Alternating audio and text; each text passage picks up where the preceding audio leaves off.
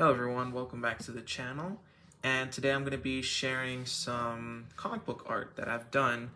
I've done a lot over the years, and I'm an aspiring comic book artist, but I would like to do it as a sort of freelance job one day. So I'm getting to that. So anyways, here's a few sketches that I would like to share. These are not all of them. I have way more than this, and I'll share them as time goes on. So the first one is actually on the cover itself. Uh, One important thing to do is always try to use reference. I always mention this in my videos, but like you need to use reference because that's how you grow as an artist. That's how you understand lighting, proportions, perspective, etc. Right?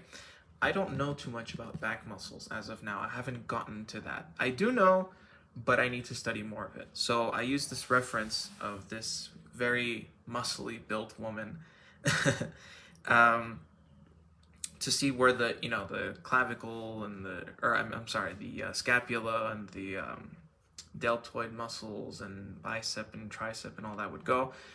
And I thought it'd be a cool idea to do it on the cover of my actual sketchbook. And I have like this little Wonder Woman sticker. So yeah, I did a, little buff Wonder Woman. And you can't really erase with these white pens, so that was a bit of a hassle to deal with.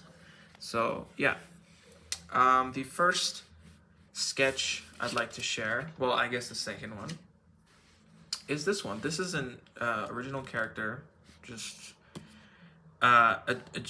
messing around a lot with perspectives, trying to stretch it, trying to see what to do with it. So this is a very fast-moving character.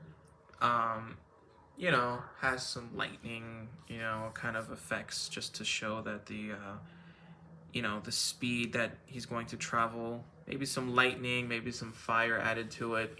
On the elbows, he's got some sort of sparks that he's going to go forward with this. This one, I don't think I actually used reference because I really wanted to, first of all, see where I am artistically, at what level, and to sort of explore and learn. And secondly, because I just wanted to have fun. I drew with the orange Crayola erasable pencil.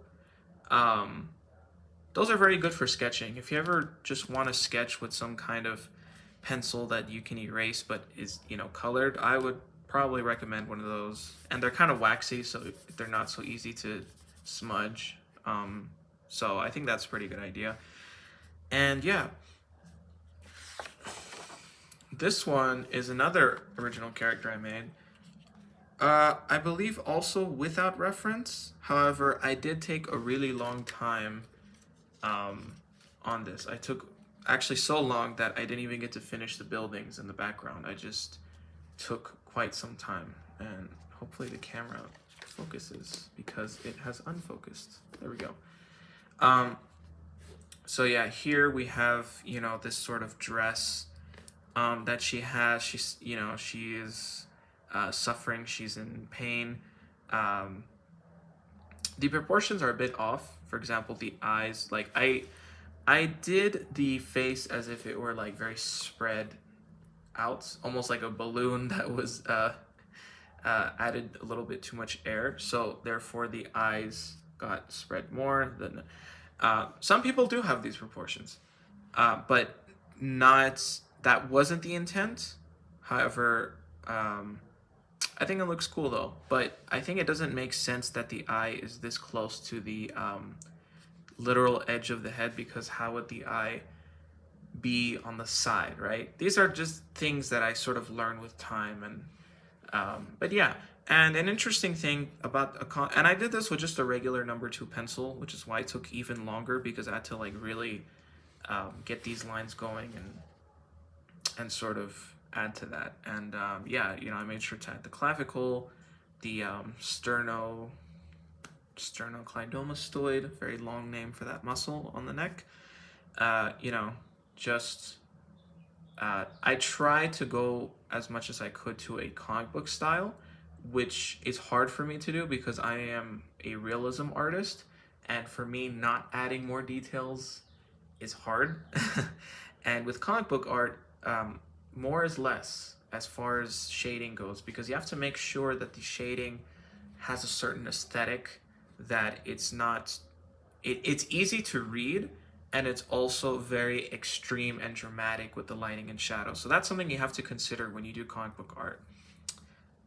Yeah. So I wanted to share these. These are a few just studies I did from the Immortal Hulk comic. So these are not my original poses, right? This is something that I was studying from artist Ryan Audley, amazing artist. And I just wanted to do some quick studies to see how he does his action lines, how he does character posing, and how he works with one-point perspectives and such. And also to study a little bit of storyboarding, because storyboarding is very important. For those of you who don't know what storyboarding is essentially when you choose which angle you want. It's almost like setting up the scene, right? Setting up the camera as if there were a camera. So for example, in this scene, Hulk has a horizontal view, and the focus is on his fist right here. Sometimes you need the focus to be on an eye for an extreme close-up. So these are things that I need to study as an artist, and I thought I would share them with you. So here's some more studies. This is Hulk. He was about to grab some, I don't know, I think it was like a metal pipe or something, and throw it at somebody. But it's interesting how the proportions are exaggerated. The head is very small, the arms are huge, the body is huge, but it fits his particular style, and it works for the story. So that's another thing I'm trying to analyze. A lot of this, I forgot the term, but the one-point perspective, and zooming into the camera, just character expressions and emotions. So that's all I wanted to show in this sketchbook. Let me just get my final sketchbook drawing that I wanted to share, just to sort of show you what art I've been doing. Now this one, I don't know, I really like how this one is coming along. I haven't finished it yet, and it has been a while since I've left it, but there are projects that I just leave, and I'm not sure if I should just leave it or finish it, because sometimes I think it looks cool to see the finished drawing versus the sketch, right? I think it kind of gives it like a sort of aspect that you can see all these details here and then compare it to the process that I had while drawing. But I think this one is worth finishing, so I think I will finish it one of these days. So here, the interesting thing about this one is this was a comic book, this was a cosplay study, right? So somebody was in a cosplay with this exact suit, and what I've been doing lately is studying photography, and turning it into a comic book style. Let's see if this camera focuses on that. Can we focus on this? Thank you. There we go. So yeah, so this is something that I have been trying to understand, trying to work with. This also, I've been trying to see where the horizon line is, where the one-point perspective is. I did draw the one-point perspective line. It's very faint, but you could see it. It starts right here, and it kind of goes from here. So that's why the bottom half of her body is smaller in comparison to the top half, because of the one-point perspective. The horizon line is over here, therefore whatever's closer to the horizon line will be closer to the proportions, and whatever's further gets smaller, right? That's how it works with perspective. So this was a very complicated study. I did a lot of details with the hair. Hair is something that I really like drawing. When hair is straight, it's very easy for me to draw. When it's curly, it takes me a very long time. However, I do need to find methods to shorten the time it takes for me to draw curly hair, because sometimes I add unnecessary details or overcomplicate it. So anyway, so I got the picture, right? I had the picture of a cosplay that I saw on Pinterest that I thought was really amazing.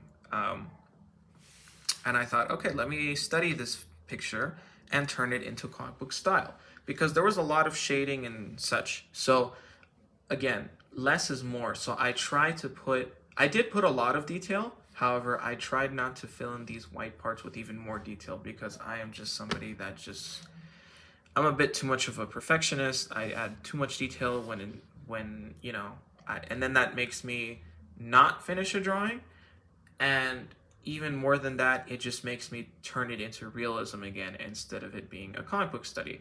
I think for the face, I was inspired by the artist who worked on Detective Comics Rebirth, which I believe is Joe Bennett.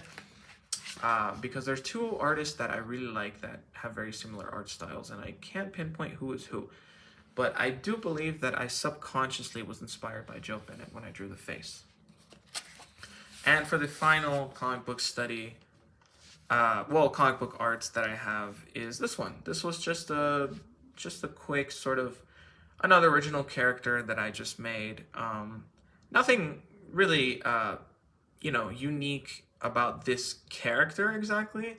However, the way that I wanted to shade it was something that I wanted to see how that would turn out, so this is just something that I was working on. I didn't quite like it. I didn't quite like where it was going. However, now that I look back on it, I do think it's interesting. And you see how, as artists, we have to always have a foundation before we start adding the rest of the details, right? Every artist, every professional artist that you will see will know where the skull is located under the hair, because there are times where you need to, because first of all, you have to overlap the hair on top of the skull, right? I could use some work with my skull studies because this is just a little bit further back. But yes, every artist will know their proportions, their anatomy. Not like 100%, right? Not every artist is going to know everything 100%, but at least to an extent that it is deemed professional enough to work in some sort of comic book industry, or that's the point where I'm trying to get at. So I would consider myself a sort of intermediate / advanced artist, because I feel like I'm slowly starting to get to advanced studies, but I still have a lot to learn. I still need to learn backgrounds a lot, and just a few things here and there that I just feel like, I could use some work. But yeah, with that being said, that is everything for today's video.